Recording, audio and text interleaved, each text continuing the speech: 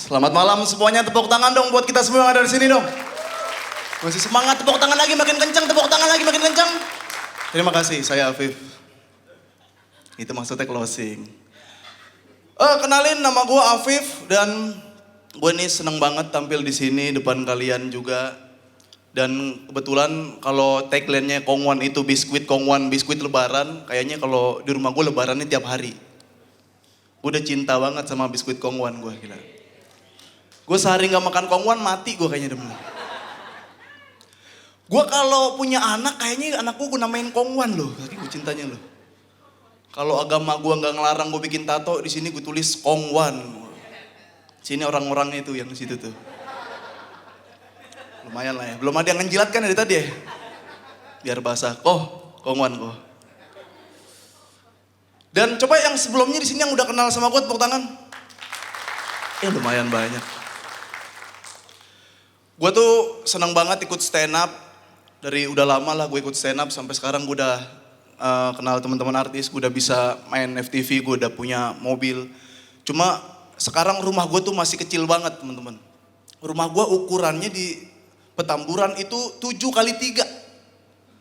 Itu nggak standar SNI banget kan 7x3 ya. Jadi gue kalau tidur tuh di sini gue, bokap, nyokap.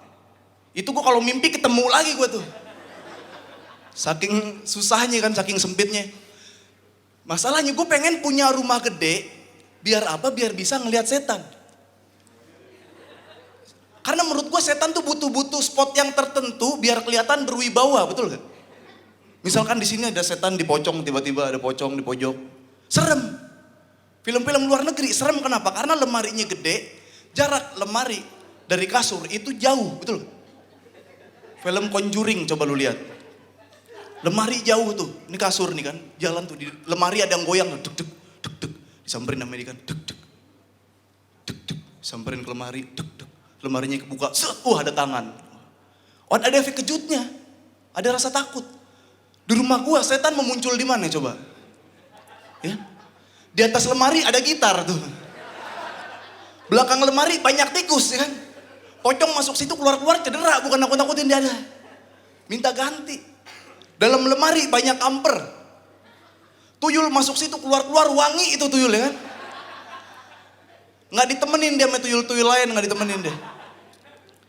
Biasanya adegan film setan apa? Munculnya tuh di jendela. Di jendela kan, orang kaya tuh rumahnya. Mama ada setan. Dilihat lagi, hilang. Serem. Di rumah gua demi Allah, jendela gua banyak stiker. Ya. Seserem-serem apapun pocong masuk situ nggak ada wibawanya, betul nggak? Pocong masuk situ, di mata kiri ada logo PLN ya kan? Di mata kanan ada logo Barcelona tuh. Di mulut ada stiker Linkstone, pocongnya begini. Nggak bisa, gue pengen bisa ngeliat setan gitu kalau punya rumah gede. Biasanya film-film setan di luar negeri itu munculnya di kamar mandi dan adegannya seru. Kenapa? Karena kamar mandinya keren. Ada shower, ada kaca. Setan, nakut-nakutinnya, dinyalain showernya, betul gak? Nyala sendiri. Reaksi keluarganya, Ma ada setan, Mami ada setan ya. Di rumah gua, kamar mandinya masih pakai kompa dragon. Itu setan nakut-nakutinnya gimana coba pocong? Masa begini? Ini manusia takut gagak badannya jadi itu kan pocongnya kan. Itu reaksi keluarga gue juga, dia alhamdulillah kalau ada yang isi. Gue pengen lah punya rumah gede. Tapi yang gue seneng tuh sekarang gue udah susah banget, gue udah tahu gimana susahnya nyari duit. Makanya gue respect sama pekerjaan apapun, termasuk penonton bayaran. Gue respect sama penonton bayaran karena dia mutualan sama TV. Penonton bayaran, TV butuh penonton bayaran buat tepuk tangan sama buat ketawa. Penonton bayaran butuh nasi kotak. Nah, dan ternyata setelah gue selidiki, penonton bayaran yang di TV-TV, itu menurut gue gak cocok buat stand up comedy loh. Karena dia gak tahu titik tawanya di mana, dia gak tahu. Kadang-kadang gue masuk begini aja dia ketawa. Ketawa deh.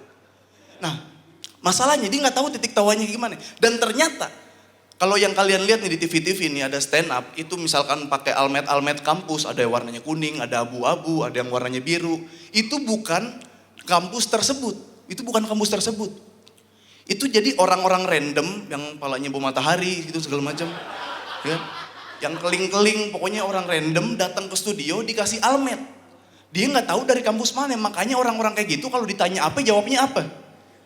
Gue pernah stand up di salah satu stasiun TV. Itu gue iseng-iseng gue tanya, wah ini ada almet kuning, almet biru, gue tanya yang tengah. Ini yang tengah dari kampus mana?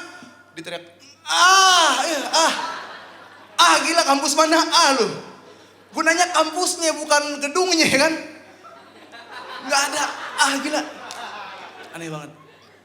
Ada satu yang sosok mulai sok berani gitu menjawab. Dia karena mungkin ada rasa tanggung jawab biar nggak salah, dia sosok ngecap.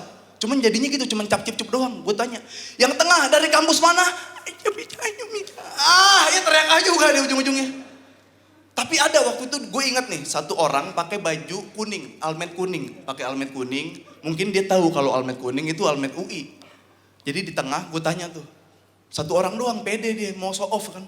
Yang tengah kampus warna kuning, dari kampus mana? Teriak dia sendiri, Universitas Indonesia.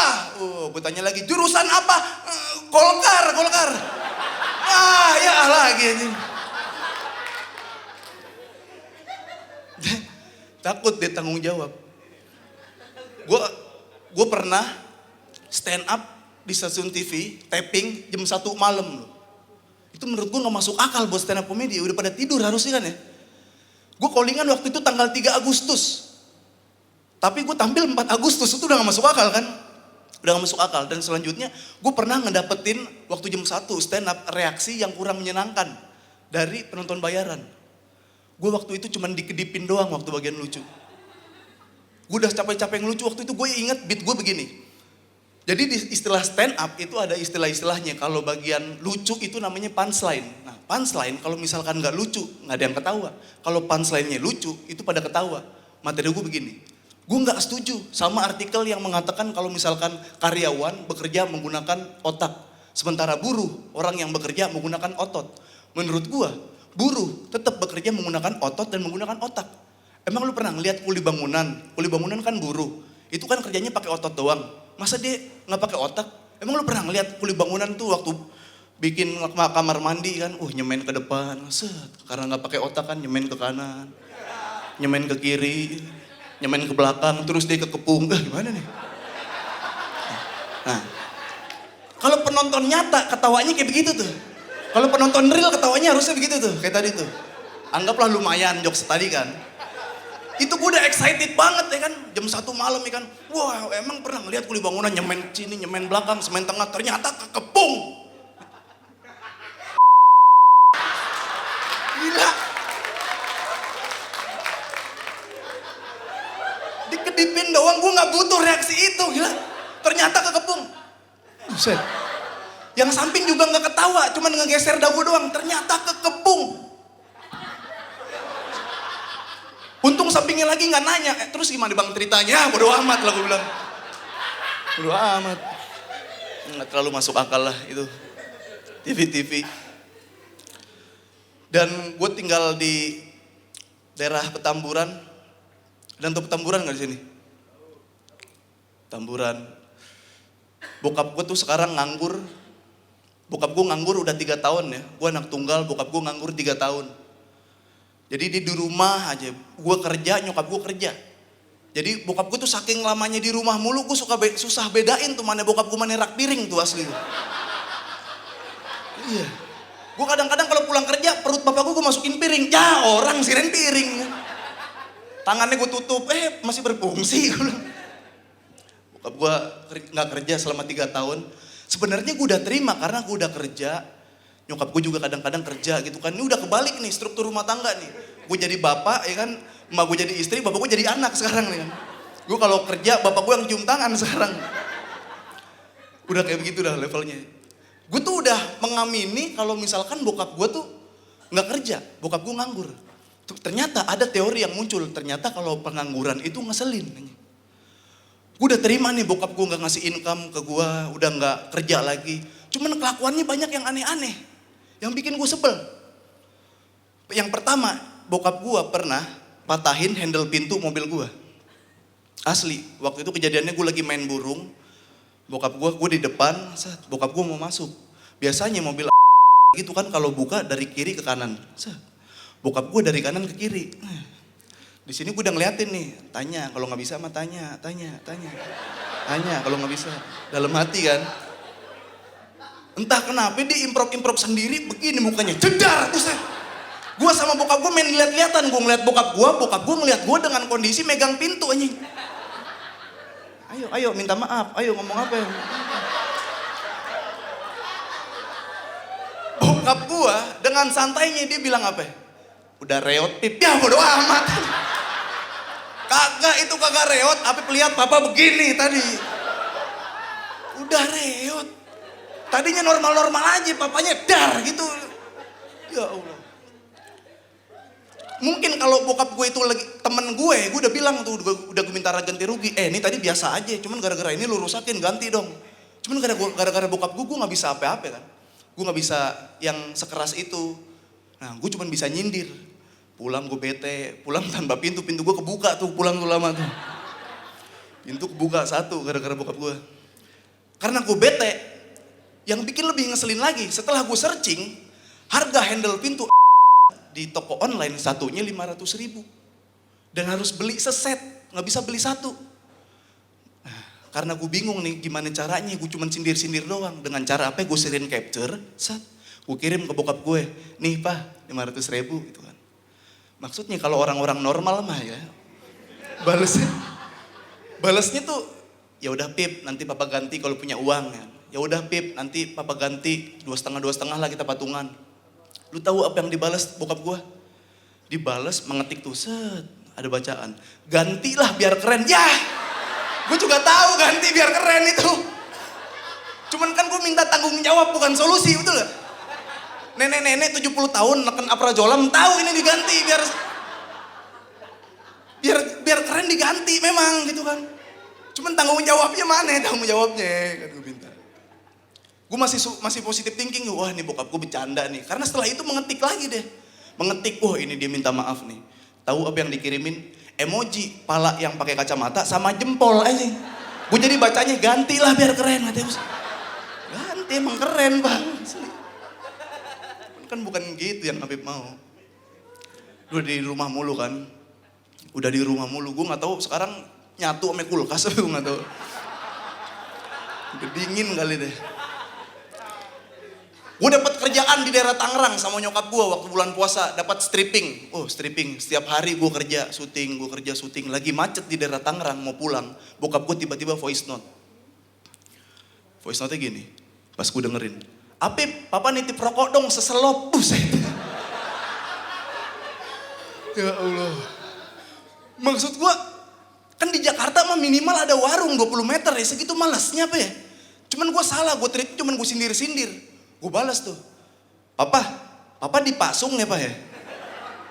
Dibalas lagi sama dia, siapa yang pasung? Papa Pip, kakak nitip aja papa rokok seselop. Ya dia serius. Besoknya lagi, gue mau pulang. Gue mau pulang. Aus nih, enak kali ya bikin teh manis. Gue nitip, gue sama nyokap di mobil. Papa, Apip nitip es teh manis dong pak. Oke Pip. Nah, Pak, Apip bikin teh manis dong. Bapak gua ternyata ngejawab dengan nada yang ngerintih loh. Rintihannya gini, aduh Pip, papa ini capek banget Pip. Papa habis ngakatin sembako, datang ke rumah, itu kan sembako di rumah banyak banget Pip. Ngapain lagi nih gue bilang kan. Setelah gue pulang, gue masih mikir bokap gue males nih emang nih, sialan nih males nih. Setelah sampai rumah beneran banyak sembako di rumah gue. Ya beneran materi gue jadi gak lucu, gue bilang gitu kan. Ya beneran sih lu, gak lucu materi gue pak gitu kan. Kalau mau yang aneh-aneh pak, jadi gak lucu, orang-orang jadi gak ketawa gitu kan. Itu namanya jokes meta, tapi emang gak kena, itu tetap gak lucu. Gak lucu. Dan yang lebih nyebelin lagi, bokap gue punya penyakit, bokap gue memelihara penyakit. Yang kalau gue bilang memelihara karena kalau punya penyakit, keserang penyakit mah harusnya disembuhin ya. Dia kagak, dipelihara sama dia. Bokap gue memelihara penyakit yang secara medis belum tahu namanya apa, cuman keluarga gua nyebutnya dengan nama penyakit gagigok. Bokap gue suka sendawa setiap jam 10 malam. Astagfirullahaladzim. Masalahnya kan rumah gue kecil ya, jadi kedengeran tiap hari. Gue kalau rumah gue gede mau meledak di atas juga nggak apa-apa gue. Bener. Setiap malam gue denger itu. Ini udah 5 tahun penyakit itu ada di bokap gue. 1 tahun pertama gue masih sedih, masih gue obatin nih kan. Aduh papa cepet sembuh ya pak ya. Iya sakit nih, iya. 2 tahun selanjutnya udah, sialan berisik ya ternyata ya. Bahkan bokap gue tuh udah sampai selevel damai sama penyakitnya. Udah sampai, sampai dimain-mainin sama dia.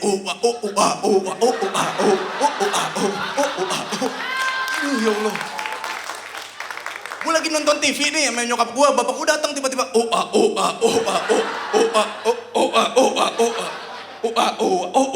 astagfirullah.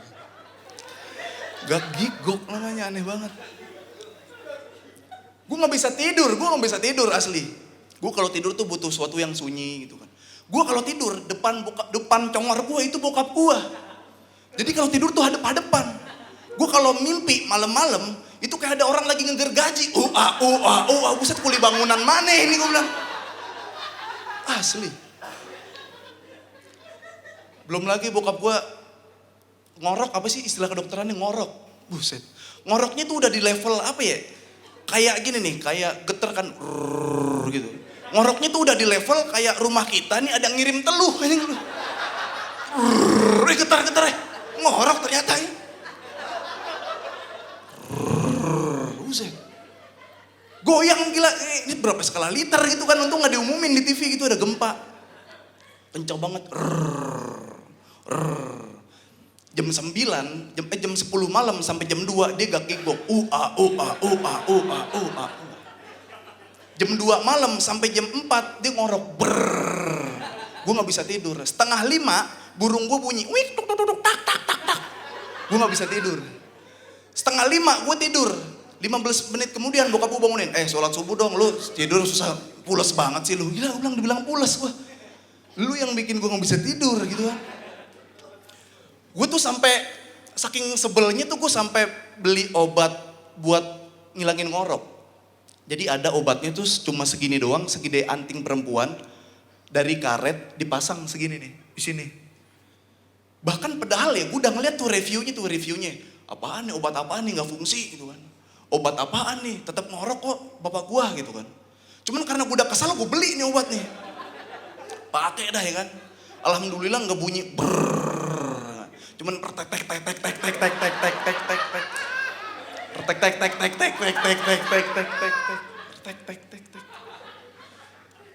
malam besoknya gue debat, papa masih ngorok pak, nggak tahu nih Pip, gimana cara pakainya. Akhirnya malam gue debat kan, malam pas dipakai itu hari pertama masih ngorok dia.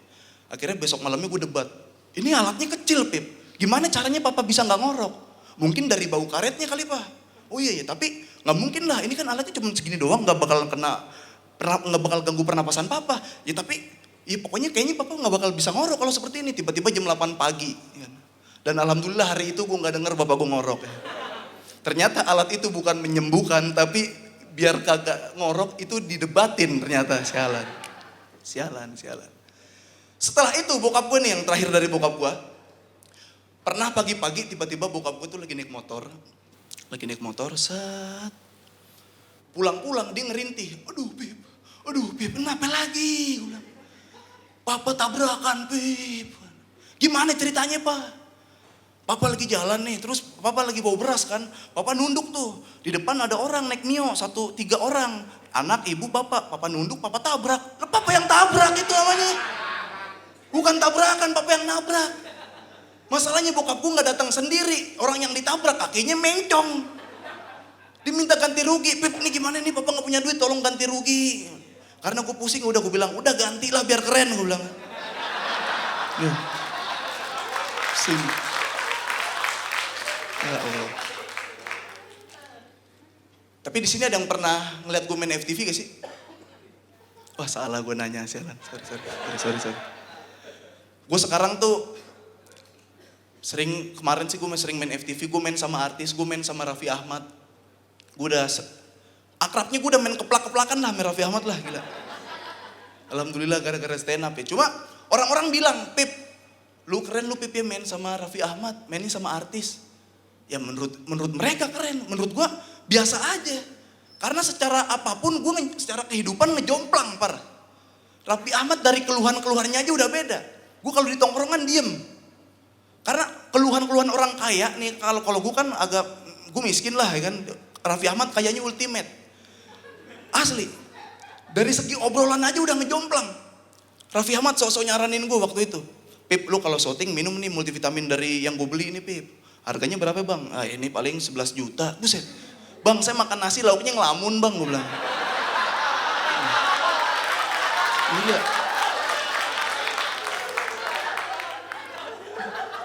Iya.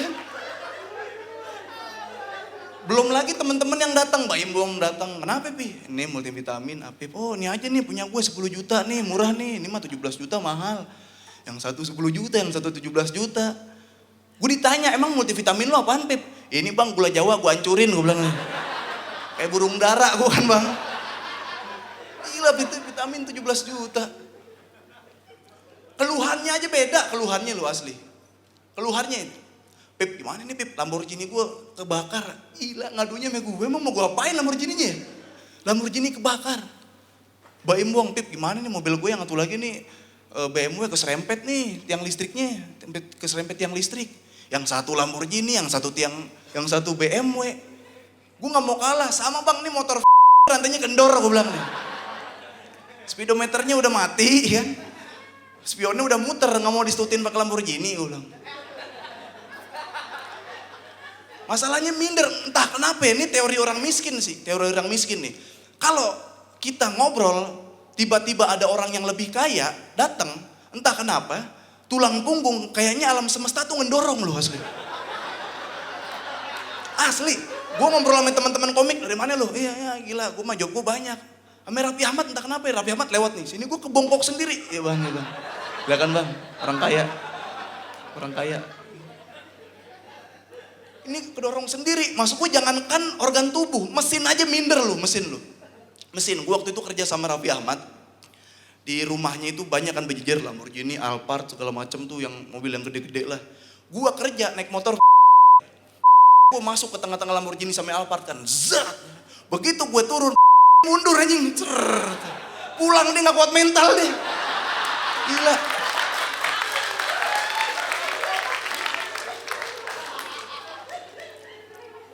Itu, ya begitulah. Terus gue juga kalau misalkan main FTV ya, gue kalau main FTV pasti disuruhnya tuh yang suka ngelucu-ngelucu gitu kan. Lu kan komedian Pip, lu yang lucu-lucu dong gitu kan. Maksud gue enggak ya, gue kadang pengen kalau main FTV tuh yang serius gitu kan. Karena dicarinya yang lucu mulu sebagai komik, lu komedian nih. Kalau ini yang lucu dong. Gue pernah dapat adegan film kepukul, sakit, tapi sakit yang lucu. Gimana sakit yang lucu? Tek, aduh. Wah gak lucu Pip, ulang Pip. Begitu. Asli gak ada sakit kayak begitu aslinya kan. Dan yang lebih nyebelin lagi sebagai komedian nih, kita kan harus selalu lucu ya, misalkan di FTV. Yang ngeselin, kalau di komedian itu main FTV, kalau kaget itu gak boleh langsung.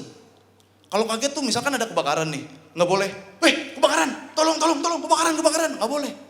Kita tuh harus ada nengok dulu sekali gitu kan. Pagi-pagi udah nabun. Iya, kebakaran. Apaan begitu? Gak mau gue. Gak ada kan gak kayak begitu ya. Gue tuh apa aja gue ikutin karena gue demen banget berjuang. Kemarin tuh gue baru aja ikut yang namanya audisi gue anak radio. Dan di situ gue belajar bersyukur. Gue belajar bersyukur dari audisi gue anak radio. Karena menurut gue di atas langit masih ada langit, di bawah kerak bumi masih ada kerak bumi. Dan waktu itu, gue udah masuk 100 besar. Nah ini ada 100 besar nih.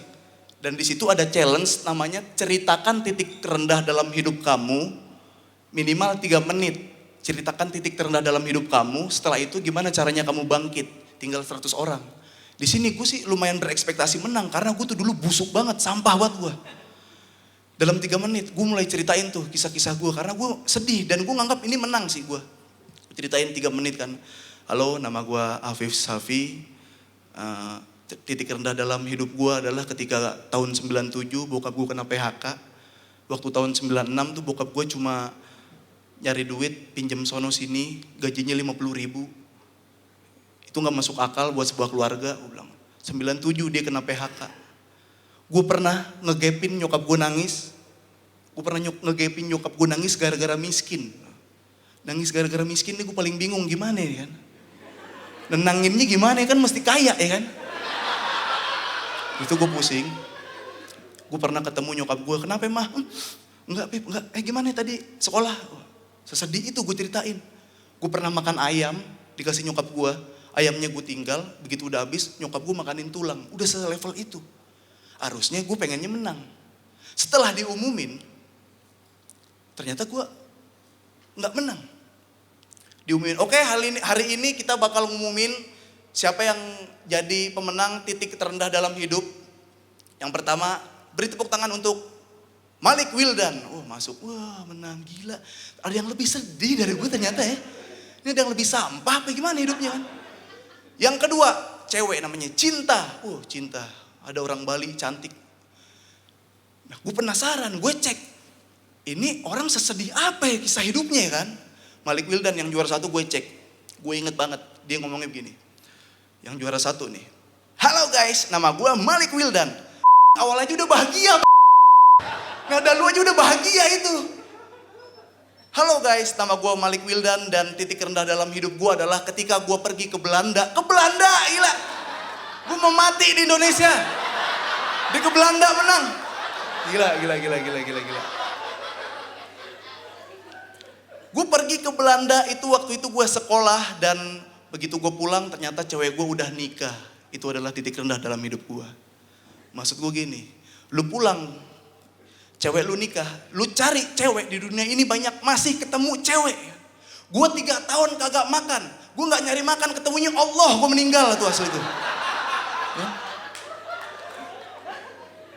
Lu nangis gara-gara cewek dipok-pok doang, ya udah sabar nanti ketemu cewek lagi, ketemu nanti diem nangis lu. Kita nggak makan bertiga, nggak makan kita pelukan, udah sabar. Emang nangisnya diam, cuman perut masih bunyi. Lapar. Terus yang selanjutnya, cewek juara 2, gue iseng. Halo, nama gue Cinta. Titik rendah dalam hidup gue ketika gue SMP. Waktu SMP gue dibully satu sekolahan karena dituduh menyebarkan video porno. Dibully satu sekolahan. Sedih memang. Cuman gue ngelihat si Cinta masuk ke tempat gue anak radio, naik Alphard. Berarti kan dia orang kaya ya. Gue dihead-to-headin berani gue nih, head-to-headin kepedihan hidup gue berani tuh misal sebesar. Di kemarin naik Alphard, gue orang kaya pasti dia. Gue kalau kaya jangankan satu sekolahan, satu dunia benci sama gue ayo gue bilang. Bener, naik Alphard. Cuman juara 1-2-nya ini loh, juara 1-2-nya ini gue gak terima. Karena ke Belanda kalah gue main percintaan, sama dibully gue kalah, gue udah mau mati istilahnya kan. Gue bakal rela kalah kalau di head to headin sama orang miskin yang udah di level dia makan nasi lauknya tangan kiri. Nah, kalah dah tuh gue gak apa-apa dah ya. Halo guys, nama gue Rio. Pada tahun 2006 gue gak punya duit, keluarga gue miskin, gue makan nasi lauknya tangan kiri guys ya. Tapi tahun 2006 gue ketagihan guys. Sampai sekarang gue ketagihan, sekarang tinggal kepala nih guys. Kan? Kalah dah gue gak apa-apa. Terus karena gue sering nganggur ya gue tuh pernah namanya, lu tahu kuis built-in gak? Kuis built-in biasanya tuh setelah acara TV, begitu mau iklan biasanya ada MC 2 tuh. MC 2 memamerkan sebuah produk. Biasanya 3 menit tuh setelah acara dangdut tuh. Ya kan? Tahu kan ya? Jadi ada beberapa hal yang gue gak percaya. Pertama, reaksi obatnya terlalu cepat. Jadi MC tuh setiap mau iklan tuh jalan tuh dia. Aduh siaran live kan. Yang satu sakit, yang satu ngasih solusi. Lagi live. Aduh leher aku sakit nih. Padahal aku mau siaran. Gimana caranya biar sembuh? Yang satu punya solusi. Wah leher kamu sakit. Pakai Grace Care. Dipakai set. Wah enak sekali ya Grace Care. Wah langsung sembuh gila. Gak percaya gue, karena waktu itu gue pernah ngeliat tutupnya belum dibuka, gila. Tapi karena dia jago, dia ngeles. Wah keren sekali ya Grace Care. Walaupun tutupnya belum dibuka, tetap bisa nyembuhin. Ya apaan sih? Itu gue gak percaya. Dan lebih gak percaya lagi ketika pas bagian telepon. Ada yang pernah telepon gak di sini? Gak ada, gue yakin.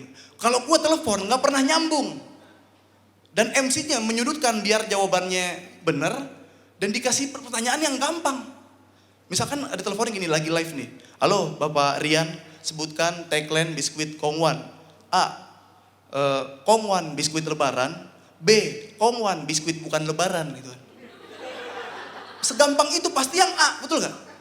Makanya gue kalau misalkan teleponnya nyambung sekali-kali waktu lagi live, gue salahin jawaban gue itu. Biar kecot aja, betul gak? Biar kecot. Lagi live gitu kan. Halo Bapak Afif. Iya. Bapak Afif sebutkan ibu kota Indonesia Pak. A. Jakarta. B. Sulawesi Pak. B. Sulawesi. Baik Bapak, pertanyaannya kami ulang ya Pak ya. Dengarkan baik-baik Pak. Live ini Pak. Bapak Afif sebutkan ibu kota Indonesia Pak. A. Jakarta. B. Sulawesi Pak. B. Sulawesi. Dia udah mulai kode-kode tuh. A Pak. Sekali lagi Pak ya. Bapak Pip sebutkan ibu kota Indonesia Pak. A. Jakarta Pak ya. Ya A. Jakarta Pak. B. Sulawesi Pak. A. Jakarta Pak. B. Sulawesi. Allahu Akbar. FD udah ngomel. Durasi. Ya ini. Oke Pak, gini aja Pak. Sekarang jawaban yang B kami hapus ya Pak ya. Ya Pak. Sebutkan ibu kota Indonesia Pak. A. Jakarta. Jawab Pak. Saya nggak mau jawab. Ibu kota Indonesia, Sulawesi. Gue yakin dia baper. Bapak sekarang posisi di mana Pak? Bapak berantem aja sama saya Pak. Posisi Bapak di mana? B. Sulawesi. Dah segitu aja, nama saya Afif. Terima kasih. Assalamualaikum warahmatullahi wabarakatuh.